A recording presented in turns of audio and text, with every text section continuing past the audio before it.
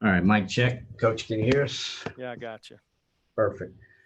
Welcome to Coach Pruitt's post-game press conference. Coach will make an opening statement, and then we'll take questions. Hit the raise your hand function, and please have your line on mute. Coach.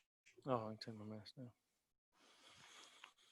Looking at the game, I thought offensively, it's probably one of the better games that we've played. We did have one turnover, which is for a touchdown, which is inexcusable. But we started running the ball at times pretty well. I thought we protected pretty well for the most part, um, and just didn't have the ball. Alabama, I don't know what the time of possession was, but it seemed like a lot to very little. So, which goes back to the defense about getting off the field. Being stouter in the run game, getting off the field on third down. But when it's kind of like I told the players in there, um, I see a lot of guys that are trying really hard, but we're making mistakes. And as coaches and players, we got to go back and we got to be able to execute at a higher level. I thought a lot of guys were playing really hard. We just made a few mistakes in the game as far as the over routes and a couple of things that you give up explosive plays like that. We've always been pretty good about not doing that, and hadn't give up very many this year. But today we did, and it's tough to stop those guys when they start on the play action passes, being able to throw the overs. You got to be able to do one or the other. You got to be able to stop the run or stop that so it don't make it so tough to defend. And then on third down, you got to get off the field. And when I look at third down, most of it, I'm not saying that we would have stopped them if we would have done exactly right, but from an execution level, we're nowhere where we need to be. And this next week will be a great opportunity. We've got a lot of really young players in our program, um, that that try really hard, but based off opportunities. Um, they hadn't had a whole lot of chances to get in there and really kind of learn and create the right habits. And this next week will be a great opportunity for them. Um, so, that's what we got to do is this, we're off this next week and got to go back to work. And hopefully we'll continue um, to do what we're supposed to do when it comes to COVID, because we've had 5 weeks now where we've been COVID free, which will give us an opportunity to improve as a football team. I think Alabama, uh, offensively, again, like I said before, I thought their offensive line is really, really good. Um, there's no doubt they come off and hit us. Probably with a little more thump than some of the teams we've played before. And we didn't get a lot of pressure on the quarterback. A lot of that goes to play action, trap passes, 7-man protection. All these over routes are running 7-man protection, and we got to win some one-on-ones there and do a better job covering them a little bit in the back end. But obviously, very disappointed. I'm not used to this for sure, and I know the players in our locker room. This isn't what they came here for either. These guys are hungry.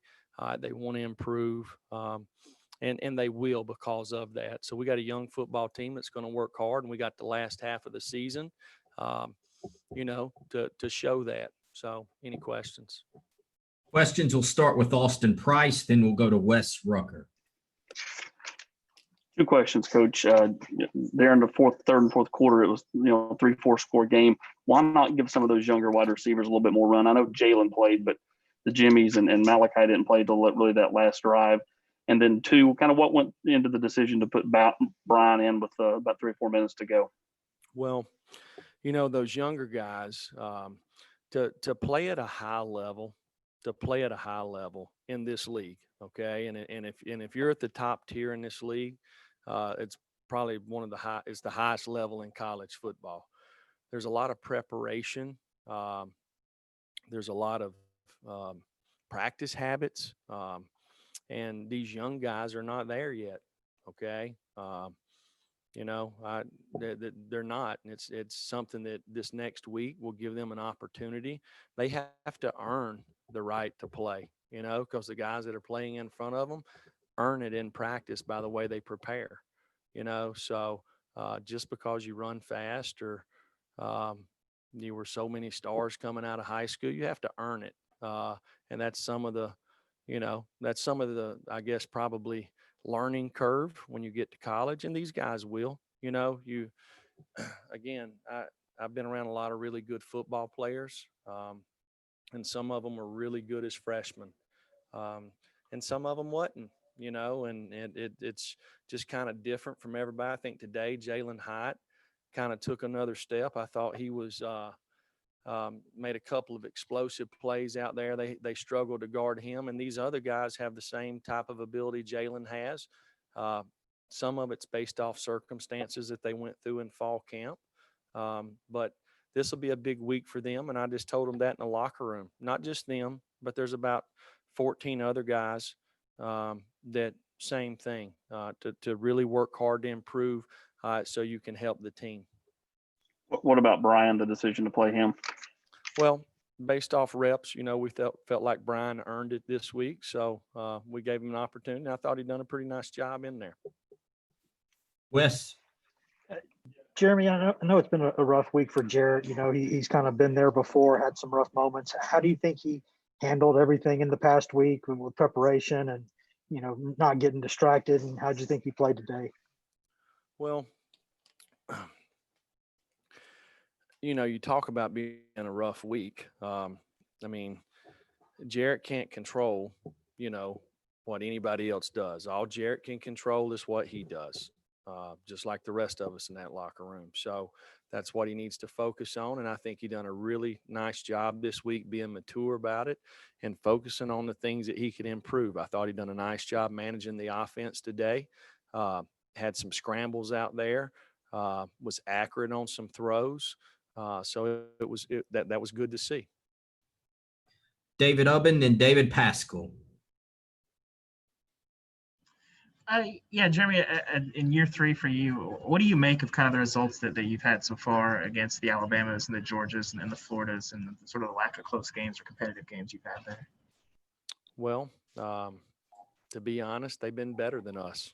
It's plain and simple. If we were better than them and lost the games, I would say that. They've been better than us. We've played with them in spurts, but from a execution, finishing standpoint, we've not been able to sustain and do that. So when I look at our team, I really liked our team, our makeup. Got a lot of young guys that are going to have a chance to be really good players, and as they grow and develop, we'll continue to close that gap there. David Pascal. Jeremy, mine's similar, more on the Alabama rivalry. You're so familiar with it and you've won more of these than you've lost. But, should the difference be this drastic? When you look at these results, I think the last 5 years, it's been like a 47-14 average. Well, as a fan, no, it shouldn't. As a coach, no, it shouldn't. I promise you, I don't want it to be that way. For us to beat these guys today, we needed to play really clean football. We needed a couple of things to go our way. That's the truth of the matter. I think a great indication of talent level when you look at your team is look and see who gets drafted. So now we have a lot of young guys on our team, and we got some older guys on our team that are continuing to improve. We got to execute at a little higher level, obviously on both sides of the ball, to give ourselves a chance. And the last half of this season will be a great opportunity to see where we're at as far as these guys doing that. Jimmy Himes and Blake Topmeyer. Jeremy, are you discouraged at all by the gap between you and Alabama at this point? Jimmy, I was on the other sideline 3 years ago. You think I didn't see that? All right. And I can assure you that the gap is closing. It might not show on the scoreboard today, but the gap is closing. I can assure you that. And that's one thing that's frustrating to me. And it's frustrating to our players. Okay. Is there's times that we've done some really good things, but as a team, whether it's, offense playing really good and the defense playing really good and special teams, we've not put any of that together. And that's what the elite teams in our program and or in our conference, that's what they do. Okay. They don't have many bad plays. They don't make many mistakes. They make the other team beat them. And there's times that we've done that this year, but we've not done it for a whole game. Even for the games we've won, right? We've not done that. So this will be a great opportunity this next week to go back and see where we're at, to see where we've improved. And from that, we'll have an opportunity to kind of fix the things moving forward. How do you keep the players from getting discouraged? They're not discouraged. Okay. They're not, our players are not discouraged. All right. Our players live in the reality. All right. The fact that, these guys came back when nobody in the country was playing football but the SEC. They came back not knowing what the hell was going to happen, what this virus does. They didn't know any of that. Right. And they came back and went to work. Unfortunately, along the way, some of them got it. Okay. And we've learned a lot about ourselves through this. And I can tell you that we're not discouraged. There's nothing that's discouraging about in our locker room. We're discouraged, or we're really probably frustrated would be the right word, that we're not playing the way we expect to play. And I think part of fixing it is recognizing it. And so I saw a lot of improvement from a lot of players today. But it's going to take all of us, okay, to play at a high level to beat those guys. Blake. Jeremy, two questions. One, what can you do during this next week to get the defense playing at a higher level? And then two, you mentioned you feel like the gap is closing between Tennessee and Alabama. Why do you think that is? Well, because I was here 3 years ago when I walked in the room the first day. I know the people that's on that sideline, and I know the people that's on our sideline, so I think I've got a pretty good idea and been around some pretty good football teams to know when I see one and know when one's getting closer. What was your first question? What can you do during this bye week, next week for the defense to play for the better? defense? Yeah. Yeah, I mean, we have not played very good in the secondary for 5 games, and really, to me, not played very good defensively. I thought DeAndre Johnson has played pretty good, and he was out against Georgia, and he got hurt today. Henry has been pretty consistent. I see a lot of guys improving, so we gotta figure it out. Why we gave up big plays today. How come they kept running the counter and we didn't get them stopped? We obviously had some we done things today, like a couple of guys got hurt. And when you get hurt, you need to lay down on the field, right? And the guys didn't lay down on the field. They run off the field while Alabama's going fast. And we had too many men on the field. Well, that's youth, right? So experience but it cost us 3 times. One time we didn't have the right personnel on the field, and that's my fault. But two other times that happened. So when you talk about how do you play at a high level and do it over and over and over again, it's all about the habits that you create in practice. And we have some guys on our team that do that pretty well. And we have some guys that are so young, and maybe because of lack of practice time, they've not had a chance to kind of create those habits. And, I mean, you look around college football right now, I mean, it's kind of like this right here each week, because guys are in, guys are out. It's tough on these guys, it really is. And being able to kind of stay together and stay the course. But I've been proud about our guys about working hard to try to do that. Rob Lewis, then Gustavo.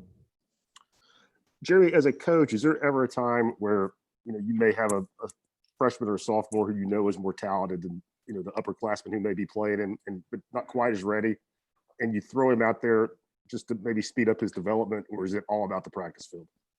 Well, I don't believe in that.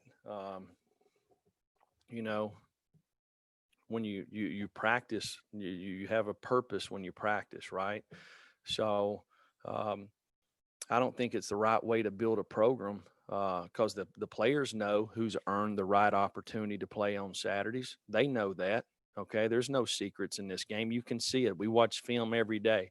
They know who plays hard. They know who makes mistakes.